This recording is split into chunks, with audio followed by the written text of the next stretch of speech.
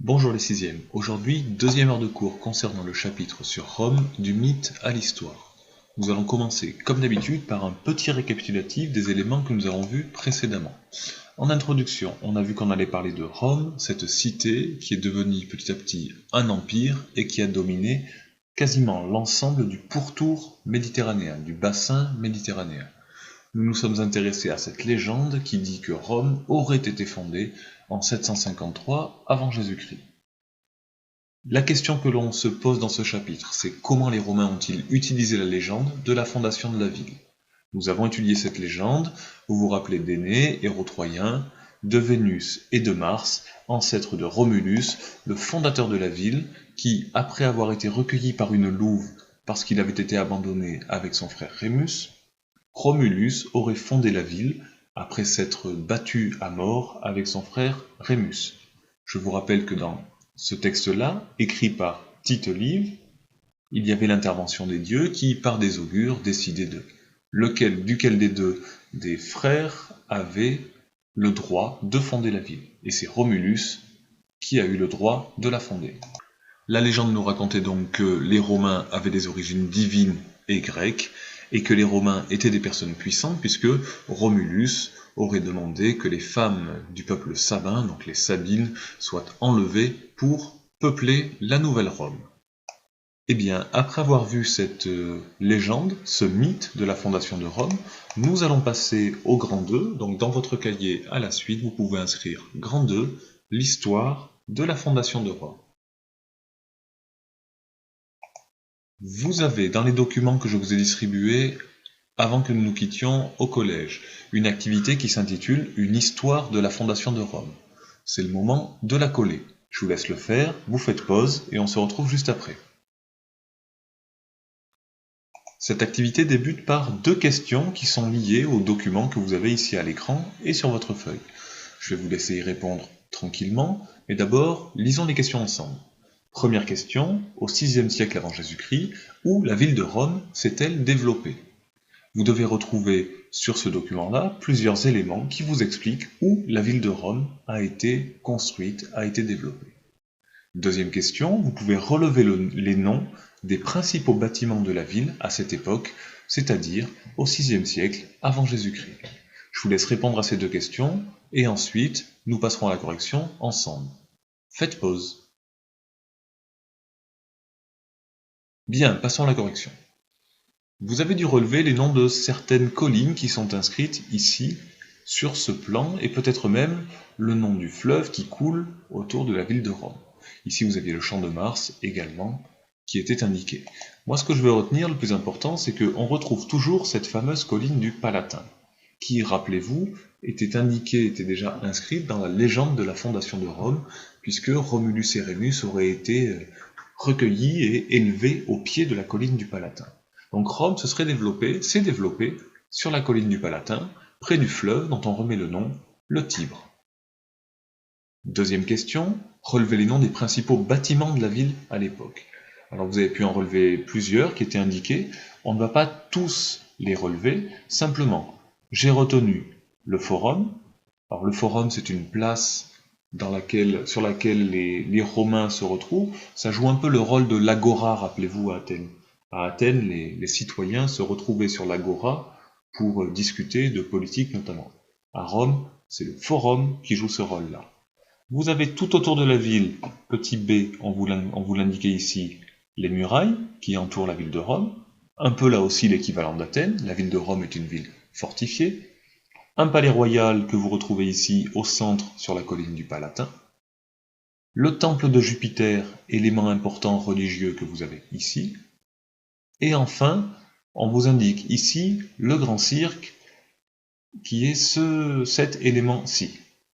Alors attention, le grand cirque, ce n'est pas un lieu où viennent défiler les éléphants, les clowns et les acrobates. Le cirque à l'époque de Rome, c'est l'équivalent d'un hippodrome en fait. Vous vous rappelez que déjà aux Jeux d'Olympie, en Grèce, on avait un hippodrome pour les courses de chevaux. Là c'est la même chose. C'est un lieu, une enceinte sportive si vous voulez, sur laquelle les chevaux notamment participent à des courses. Et ayez quand même en tête que le grand cirque, le Circus Maximus, il peut accueillir à cette époque-là entre 90 000 et 100 000 personnes. C'est un peu l'équivalent des grands stades de football actuels. Et vous en avez un exemple ici, à l'époque antique, on est au 6e siècle avant Jésus-Christ, et déjà les hommes ont pensé à construire de très grandes enceintes sportives, comme le Grand Cirque.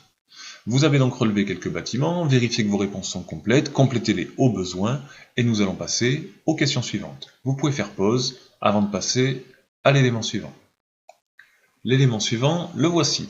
Vous avez un texte de Chris Scar, ou Scar, je ne sais pas s'il est anglais, qui est issu de l'Atlas de la Rome antique de 1995. Je vais vous laisser le lire et vous pourrez répondre aux deux questions suivantes. On les prend ensemble. Quels sont les vestiges, donc les bâtiments que les historiens ont retrouvés? Vous devez me trouver au moins 2 bâtiments. Et vous devez relever la date de ces vestiges, c'est la question 4. Allez, prenez 2 minutes pour lire le texte et ensuite vous répondez aux questions, on les corrige juste après, au travail, vous pouvez faire pause. Bon, les vestiges qui étaient indiqués, globalement il n'y avait pas beaucoup de difficultés. On vous parlait ici de fermes qui sont situées sur les collines près du fleuve Tibre. Des fermes, donc des agriculteurs qui se sont installés aux alentours, on va le voir après, d'un siècle qui ne nous est pas étranger. Mais on ne nous parlait pas uniquement des fermes, on nous parle aussi ici d'un temple dédié à Jupiter. Mais écoutez, un lieu d'habitation et de travail, un lieu religieux, les vestiges les voilà, des fermes et le temple dédié à Jupiter. De quand datent ces vestiges? C'est indiqué ici. Les premiers vestiges datent du 8e siècle avant Jésus-Christ. Alors évidemment, ici on vous dit aussi le 7e siècle. Le 7e siècle, c'est une date à laquelle la ville de Rome va réellement devenir une ville. On passe du village à la ville. Au départ, ce sont simplement quelques familles qui s'installent et qui créent leur première ferme. Petit à petit, de nouvelles populations viennent s'installer près du fleuve, et donc la ville grandit en même temps. Je suis certain que beaucoup d'entre vous se rappellent pourquoi les hommes s'installent près des fleuves. Nous l'avions vu pour le croissant fertile, les hommes s'étaient installés près du Tigre, de l'Euphrate, près du Nil également. Oui, c'était pour l'agriculture, là on vous parle de ferme. Les agriculteurs ont besoin d'eau pour que les plantes poussent du mieux possible, donc ils se sont installés près des fleuves, d'autant plus que les fleuves, quand ils sont navigables, permettent aussi de faire du commerce.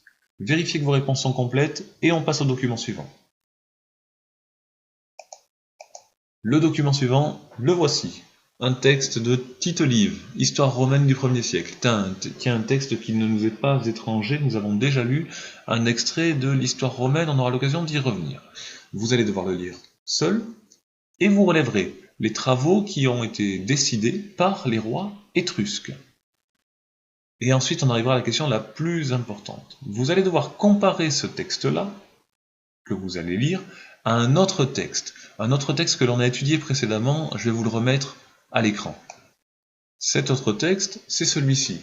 Rappelez-vous, le texte qui nous raconte la fondation et le combat entre Romulus et Rémus pour savoir qui allait avoir le droit de fonder la nouvelle ville. Ce que je veux que vous fassiez dans la réponse 6, c'est de comparer ces deux textes, de me dire ce qui est raconté ici, dans ce texte-là, et de le comparer avec ce qui est raconté dans ce texte-ci. Prenez 2 minutes pour répondre à ces deux questions, vous faites pause, vous prenez votre temps, et on le corrige ensemble juste après.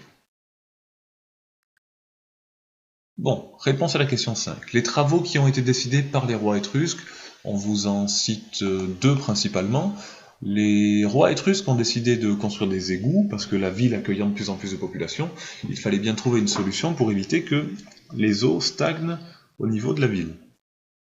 Deuxième élément qui a été créé, on nous parle d'un mur d'enceinte, parce que la ville s'est étendue, il y a eu une extension de la cité, et donc il a fallu la protéger à nouveau, donc la création d'égouts et un mur d'enceinte qui a été construit autour de la ville.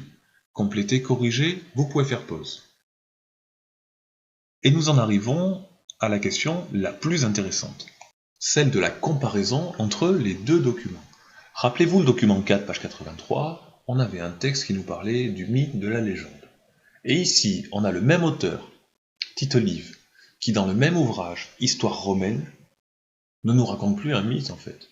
Il nous raconte l'histoire réelle de la ville. Autrement dit, les deux textes sont différents. L'un retrace l'histoire de la ville de Rome, c'est celui-ci, avec des éléments factuels, des faits précis, avec la création des égouts, avec la construction d'une nouvelle enceinte, d'une nouvelle fortifications autour de la ville, alors que le même auteur, au même moment dans le même livre, nous racontait aussi la légende et le mythe de la fondation de Rome.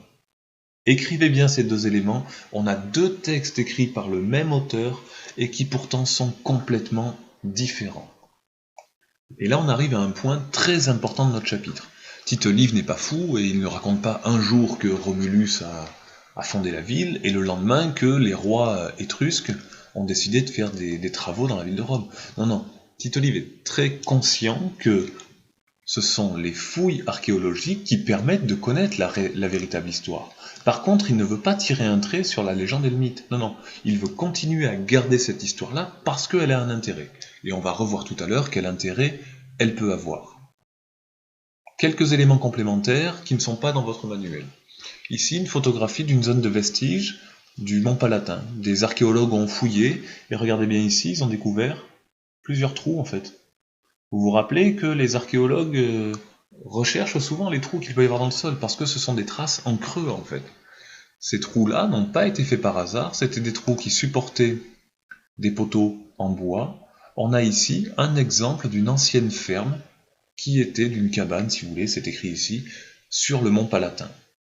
Donc on sait que dès le 8e siècle, il y a des humains qui sont venus s'installer sur le mont Palatin, probablement des fermiers.